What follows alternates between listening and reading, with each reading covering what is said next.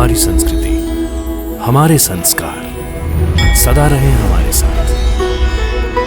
भारत की पुरातन गाथाएं और महान संतों की वाणी। सब्सक्राइब करें तिलक कथाएं। अच्छा द्वारिकानाथ जी, तो जरा अपने इस परम योगी जी से पूछिए कि अभी इस गाय ने क्या बोला। पूछिए। अरे राम राम राम द्वारकानाथ जी, ये नानावली तो हमारे योगेश्वर जी का अपमान कर रहा है। ऐसा लगता है उस ढोंगी साई ने सब पढ़ा के भेजा है यहाँ पे। अरे जानवर और पक्षी हमारी भाषा नहीं बोलते गधे। सत्य वचन। लेकिन साईं बाबा तो जानवरों और पक्षियों की भाषा जानते हैं। जो बोल नहीं सकते उसके बोल भी साईं बाबा सुन सकते हैं। तो फिर जाओ अपने साईं बाबा से ही पूछो ना कि इस समय ये जानवर क्या बोल रहे थे। बाबा के पास जाने की क्या जरूरत है? वो तो मैं भी जानता हूँ कि ये गाय क्या बोल रही थी। नानावली जी, गाय ने क्या कहा? गाय ये बोल रही थी कि ये स्वामी योगेश्वर जी पूरे अहंकारी है।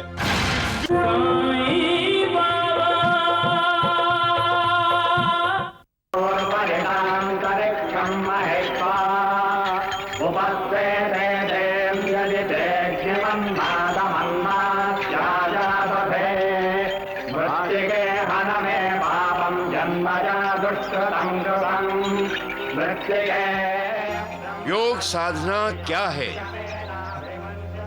अरे मालसापति जी, गुरुजी, अब आप यहाँ इससे योग साधना की शिक्षा दीक्षा लेंगे? नानावली, अरे योगियों के योगी वहाँ द्वारका माई में बैठे हैं और आप यहाँ इस योगी से योग के प्रवचन सुनना चाहते हैं? नानावली, ज्यादा जबान मत चला। चुप बैठोंगी। इसे धक्के मारकर बाहर निकाल दो। वाह वाह वाह वाह मालसापति जी, अब भी आपकी आंखें नहीं खुली है क्या? अरे ये कैसे योगी हैं जिसे क्रोध आ रहा है? बाबा क्या कहते हैं कि योगी वो होता है जिसे क्रोध नहीं आता है। बाबा तो कहते हैं कि हर किसी का सम्मान करना चाहिए है? और ये कैसे योगी हैं जो अपमान कर रहे हैं? मालसापति जी, आप पूछिए ना इसे कि योग क्या है। गुरुजी, पूछो योगी कौन है, पूछो ना। अरे जो अपने विकारों पर विजय प्राप्त करता है वो योगी होता है। हाँ, लेकिन ये तो पूरी तरह विकारों के अधीन हो गया है।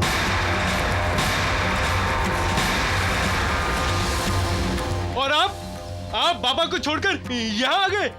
असली मालिक को छोड़कर इस पत्थर को मालिक मान बैठे आप। बदतमीज।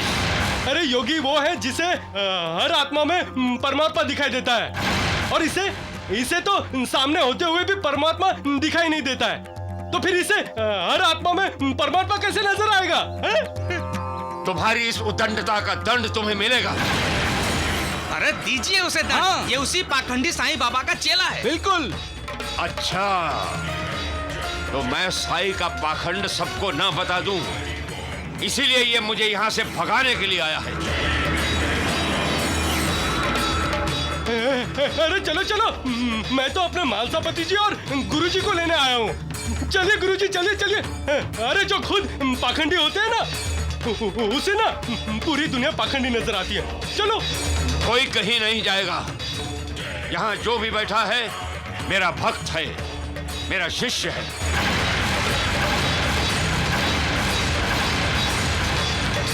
स्वामी जी, हम आपके शिष्य नहीं हैं। ना ही हम आपके भक्त। हम साईं बाबा के भक्त हैं। साईनाथ मालिक हैं।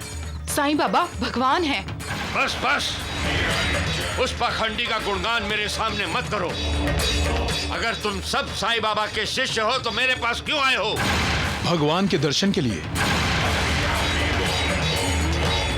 साईं बाबा ने हमें एक दृष्टांत दिया था, उस दृष्टांत के अनुसार हम यहाँ आपके आश्रम में आए हैं। एक योगी के घर में भगवान के दर्शन अवश्य होंगे, इसीलिए हम आपके पास आए हैं। लेकिन आप तो अपनी योग साधना के अहंकार में मस्त हैं। आपके पास मना शांति नहीं है। आप क्रोध के अधीन हुए हैं। भगवान तो शांति रूप हैं और जहां अशांति है वहां भगवान कैसे हो सकते हैं? मालसापति जी, आज मेरी समझ में आया हाँ कि बाबा क्यों फटी पुरानी चिंदियों से बनी एक हथेली चौड़ी लकड़ी का झूला बनाकर उस पर सो क्यों गए थे।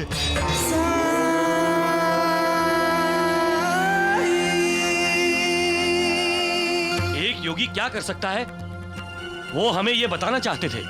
अपने आप को स्वामी बताने के लिए जमीन के अंदर समाधि लगाकर आडंबर रचाने की जरूरत नहीं है।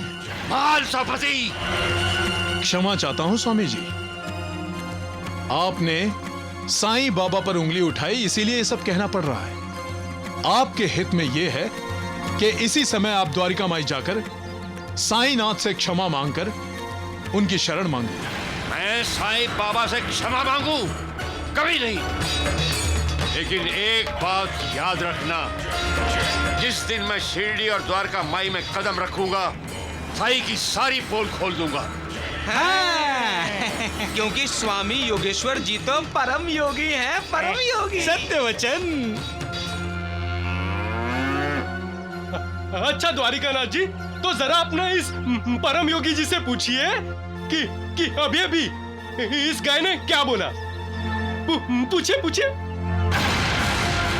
अरे राम राम राम द्वारकानाथ जी, ये नानावली तो हमारे योगेश्वर जी का अपमान कर रहा है। ऐसा लगता है उस ढोंगी साईं ने सब पढ़ा के भेजा है यहाँ पे। अरे जानवर और पक्षी हमारी भाषा नहीं बोलते, गधे। सत्य वचन। लेकिन साईं बाबा तो जानवरों और पक्षियों की भाषा जानते हैं। जो बोल नहीं सकते उसके बोल भी साईं बाबा सुन सकते हैं। तो फिर जाओ अपने साईं बाबा से ही पूछो ना कि इस समय ये जानवर क्या बोल रहे थे। बाबा के पास जाने की क्या जरूरत है? वो तो मैं भी जानता हूँ कि ये गाय क्या बोल रही थी। नानावली जी, गाय ने क्या कहा? गाय ये बोल रही थी कि ये स्वामी योगेश्वर जी पूरे अहंकारी है, विकारी है। हाँ, हमेशा अपनी योग साधना का घमंड करते रहते हैं।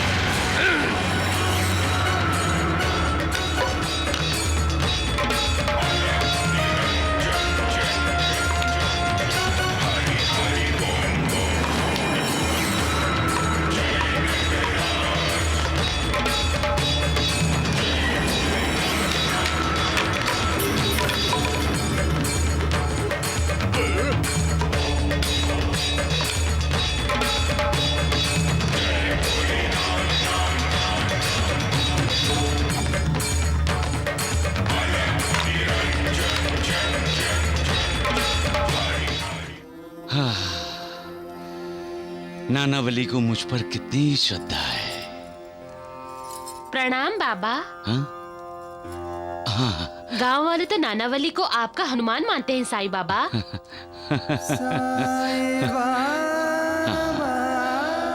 ये लो।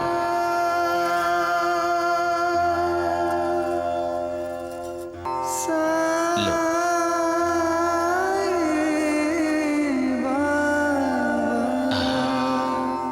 बाबा, मैं आ गया हूँ और इन लोगों को भी लेके आया हूँ।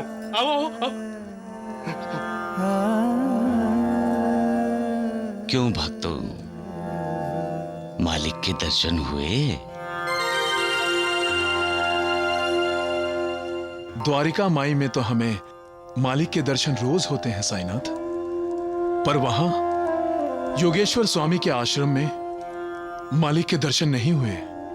जहां अपने ज्ञान का, अपनी साधना का आडंबर मचाया जाता हो, वहां मालिक का निवास कैसे हो सकता है? इसके बाद हम कहीं नहीं जाएंगे देवा, और आप भी हमें कहीं मत भेजना। हाँ, हाँ।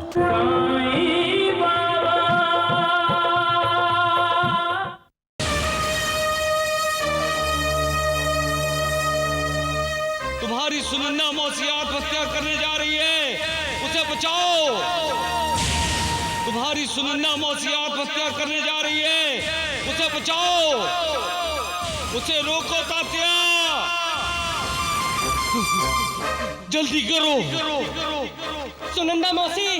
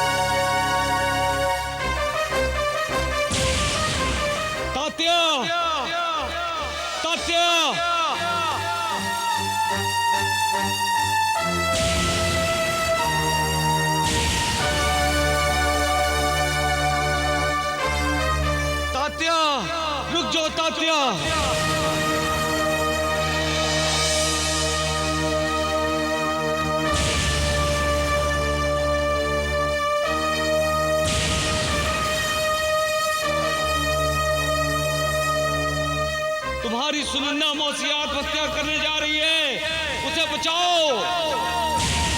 तुम्हारी सुनन्ना मौसी आत्महत्या करने जा रही है, उसे बचाओ। उसे रोको तात्या, जल्दी करो। सुनंदा मौसी,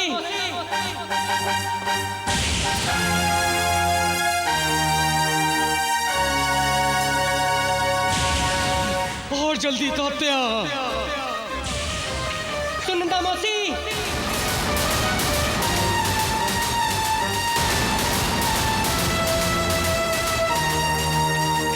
रुक जाओ सुनंदा मौसी, रुक जाओ।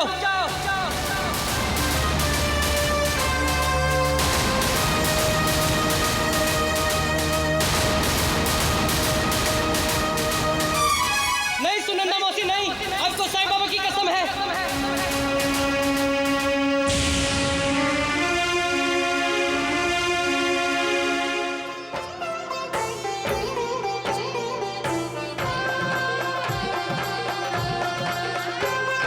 शिरडी में रह कर भी तेरा कण कण में वास है। कोई पास हो के दूर हो, तू सबके पास है। हर प्राणी पर तेरी ममता है, तुझ में रब जैसी क्षमता है।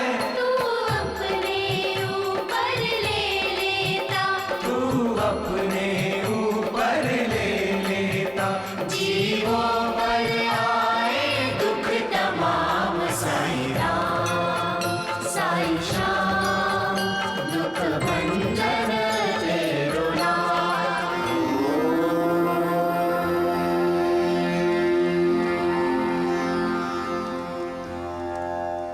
प्रणाम साईनाथ।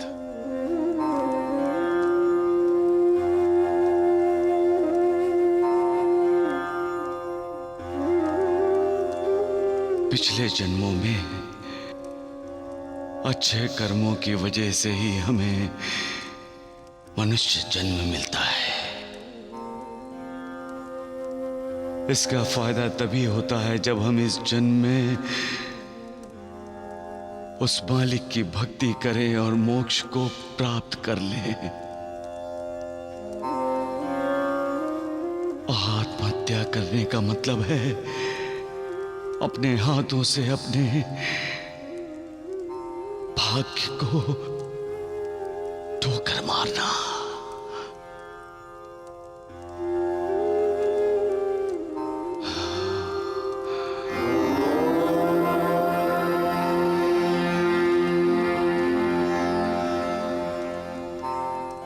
मालिक, साधु संत कहते आए हैं कि मनुष्य देह पाना दुर्लभ है।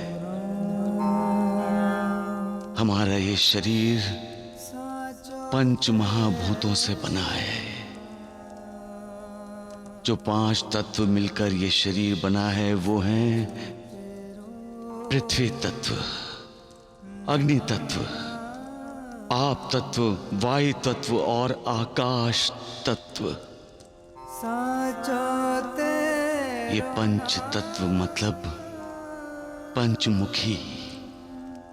पंचमुखी परमेश्वर हमारे शरीर में निवास करता है। पृथ्वी तत्व में मां की ममता और सबको साथ लेकर उन्नति की तरफ, उद्धार की तरफ चलने की विशेषता। पृथ्वी तल में ऐसे गुणों का संगम हुआ है।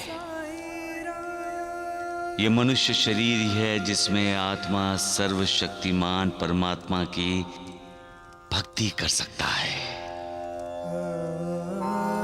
उसका ध्यान कर सकता है और अपना उद्धार कर सकता है। हमारे शरीर का दूसरा तत्व है अग्नि तत्व। अग्नि यानी तेज, रोशनी, ज्ञान। मालिक की सबसे खूबसूरत कृति है इंसान। इस मनुष्य योनि में हम आत्मज्ञान और ब्रह्म ज्ञान हासिल कर सकते हैं।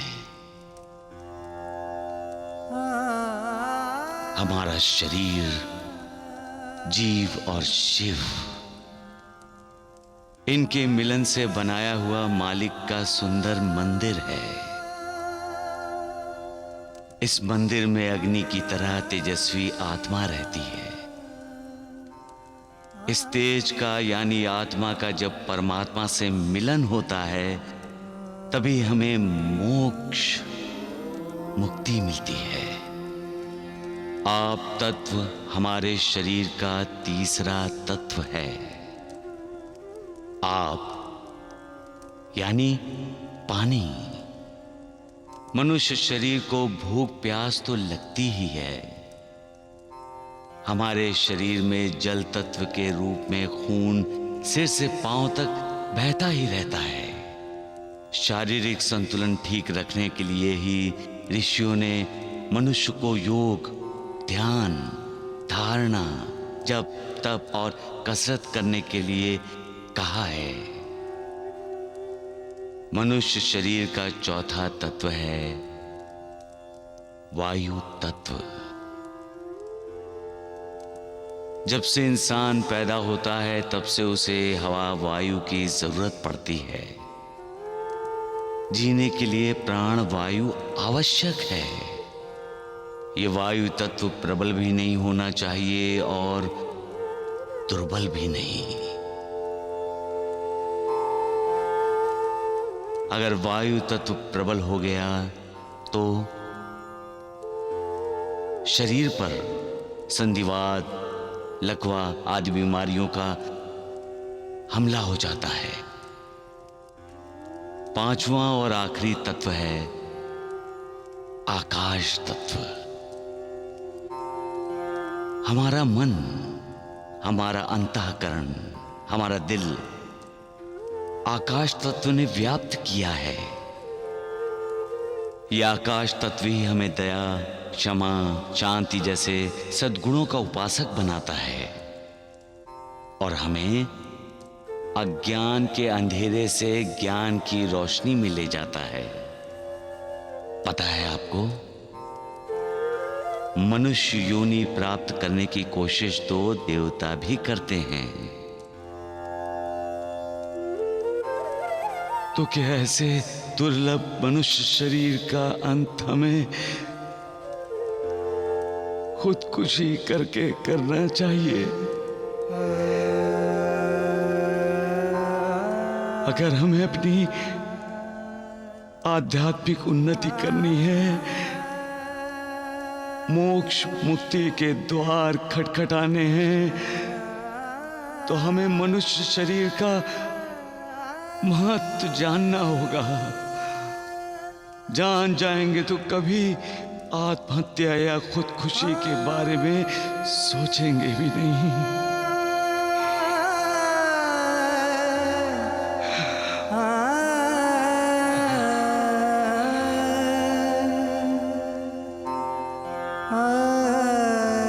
सबका